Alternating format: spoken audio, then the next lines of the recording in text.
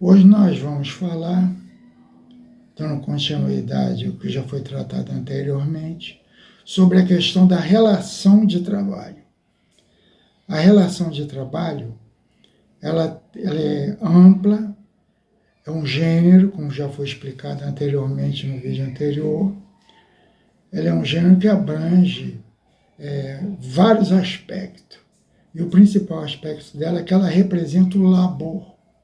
E ela é um gênero do qual a relação de emprego é vamos dizer assim, um componente, ela é um componente desse gênero chamado relação de trabalho. Só que existe uma confusão com relação a isso, feita pelos doutrinadores, que diz o seguinte: no artigo 442 da CLT, diz o seguinte especificamente: contrato de trabalho, contrato individual de trabalho, é o acordo tácito ou expresso correspondente à relação de emprego. Ou seja, para a consolidação do trabalho, o contrato de trabalho é uma relação de emprego. Isso é uma questão meio polêmica. Se você estudar um pouquinho mais à frente, você vai ver que, inclusive, entre os juristas, há séria discordância com relação a isso, porque considera isso uma incongruência. Porque a relação de trabalho também deveria, não, o contrato de trabalho, a relação de trabalho deveria ser considerado também um contrato de trabalho, e não somente um contrato de trabalho na relação de emprego, entendeu? Mas isso aí é uma questão dos doutrinadores, a gente não vai se aprofundar com relação a isso. Bem, hoje nós vamos falar com relação ao estágio, né? Ou, como algum poderia dizer, quando você pega um julgado qualquer, está escrito lá contrato de estágio, entendeu? Mas, para a legislação, é considerado uma relação de estágio. Então, quando eu falar relação de estágio, eu estou falando um contrato de estágio, ou menos dessa forma como os juristas entendem. Bem, possui algumas características interessantes. A primeira característica, que ela é uma relação de trabalho, não uma relação de emprego, mas ela possui todos os componentes da relação de emprego. Ou seja, tem a subordinação, tem a hierarquia, a onerosidade, certo? E ainda tem a questão da pessoalidade e tem um caráter de continuidade, que é um prazo máximo de 2 anos. Ela não é considerada uma relação empregatícia, ou seja, como eu já falei, ela não é um emprego. Mas por que ela tem todas as características do emprego e não é considerado emprego? Porque os legisladores acharam por bem não considerar um emprego, porque há um objetivo mais nobre com relação a isso, que é permitir que o jovem se introduza no mercado de trabalho.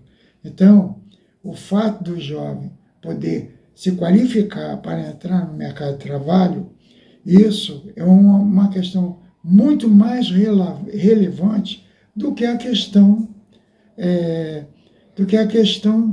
de se é relação de trabalho ou relação de emprego.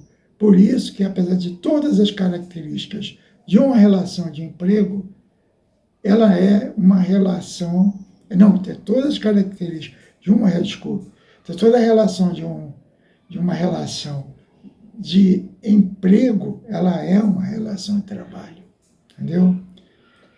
É chamado relação de trabalho lato sensu, entendeu? Por alguns juristas. No artigo, e o fundamento jurídico disso está no artigo 205 da Constituição da República Federativa do Brasil. Bem, um outro aspecto importante é a duração do estágio. Há um limite, um limite temporal com relação à questão do tempo do estágio. E está muito ligado à qualificação da pessoa, né, e o seu nível de escolaridade. Por exemplo, em níveis fundamentais, o máximo que a pessoa pode fazer de estágio, duração de estágio, são 20 horas semanais, ou seja, 4 horas por dia. Sendo que se profissionalizou e o seu nível de escolaridade dentro dessa profissionalização é de nível médio, ela pode alcançar 30 horas, ou então se for de nível superior, ou seja, 6 horas por dia, tá? Conforme determina o artigo 13 da Lei 11.788. Um aspecto importante também, que a supervisão e responsabilidade é tanto da instituição de ensino quanto da empresa que se propôs a fazer o estágio, entendeu? É considerado uma atividade educativa supervisionada e desenvolvida no ambiente do trabalho. Deve ser assegurado no quadro dos estágios, desses estagiários, no mínimo 10% para portador de deficiência. Tá? Há um limite de idade do estágio. É preciso conjugar a Constituição Federal no seu artigo 7, inciso 33, e na emenda constitucional número 20, que proíbe qualquer trabalho menor de 16 anos, a não ser como aprendiz, a partir dos 14 anos.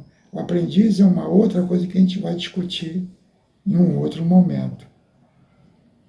As partes habilitadas a conceder os estágios serão pessoas jurídicas de qualquer natureza, empresas privadas, empresas públicas, autarquias. Agora, tem que estar adequado ao que a pessoa vai fazer com relação ao seu curso de capacitação. Não adianta você estar fazendo um curso de capacitação, por exemplo, dentro do direito, você ser um estagiário de direito, e você ser contratado como estagiário para servir cafezinho, para atender o público, entendeu? Isso é um desvio grave, entendeu? Isso é um desvio grave, inclusive tem implicações para a empresa que faz isso. No estágio, existe a obrigação de fazer acompanhamento do estagiário, tanto da empresa quanto da instituição que forneceu, né, a questão do estágio. Ambos têm, pela instituição concedente do estágio. Tá? Agora, existe um outro conjunto de regras imperativas no contrato de estágio. E, como a gente já falou anteriormente, a relação da carga horária em época de avaliação. Deve haver, e está especificado na Lei 11.788, no artigo 10, parágrafo 2º, que deve ter uma redução que permita o estagiário estudar para fazer prova. Se ele fizer um estágio, e esse estágio tiver de ultrapassar o período de 1 ano, lembrando que o máximo são 2 anos, ele tem direito a 30 dias de recesso, entendeu? 30 dias de recesso. É proibido, entendeu? Como regra imperativa, é proibido estágio com mais de 2 anos. O seguro, e outra coisa, é imperativo ter seguro contra acidentes pessoais. É o artigo 9, inciso 4 da Lei 11.788. O seguro contra acidentes pessoais é uma coisa importantíssima, porque se acontece qualquer coisa com o estagiário, a responsabilidade cai totalmente em cima da empresa. Ela não fica isenta, ela não fica irresponsável, entendeu? O cara apostou no risco. A empresa que não faz o contrato de acidentes pessoais para o estagiário apostou no risco, entendeu? E o risco não é barato. Vá que um estagiário fique inválido, entendeu? Um jovem de 18, 19 anos, com perspectiva de vida de 80, 75, entendeu? Você vai ter que indenizar ele até os 75 anos, entendeu? Corre esse risco. Então você tem que avaliar o que é mais em conta. E mais em conta, a verdade, esses dias tem o contrato de seguro pessoal, entendeu? E não pode ser qualquer um, não.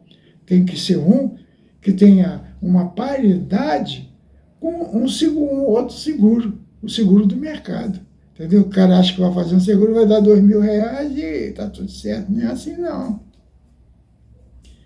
Bem, no artigo 12 da Lei 11.788, está escrito o seguinte: o estagiário poderá receber bolsa ou outra forma de contraprestação, porque não recebe salário. Estagiário não tem salário, que venha a ser acordada, sendo compulsória a concessão, bem como auxílio transporte, na hipótese do estágio não obrigatório. Porque tem dois tipos de estágio: o estágio obrigatório e o não obrigatório. Por exemplo, no caso do direito, o estágio é obrigatório, certo? Tem alguns estágios que são obrigatórios. Aí você não tem, e muitos são voluntários. Então, o estágio voluntário, ele é obrigado a ser remunerado. Bem, da parte concedente, ou seja, da empresa ou instituição que está recepcionando o aluno, uma coisa mais importante, mas, olha, é extremamente importante, é celebrar o termo de compromisso com a instituição de ensino e educativo, zelando pelo seu cumprimento. Esse é um detalhe. Ofertar instalações que tenham condições de proporcionar ao educando atividade de aprendizagem social, profissional e cultural. E no caso do desligamento, entregar termo de realização do estágio com indicação de atividade desenvolvida. Manter à disposição documentação da relação de estágio. Enviar à instituição de ensino com prazos recorrentes, no mínimo de 6 meses, relatório da atividade com vista do estagiário, ou seja, o estagiário tem que dar vista. A instituição de ensino celebrar termos de compromisso com o educando, certo? Tem que ter um termo de compromisso. Avaliar as instalações parte concedente, para saber que não é mais uma enrolação. Indicar o professor orientador, exigir do educando o relatório, zelar pelo cumprimento de compromisso, reorientando o estagiário para outrocar o caso do descumprimento da norma.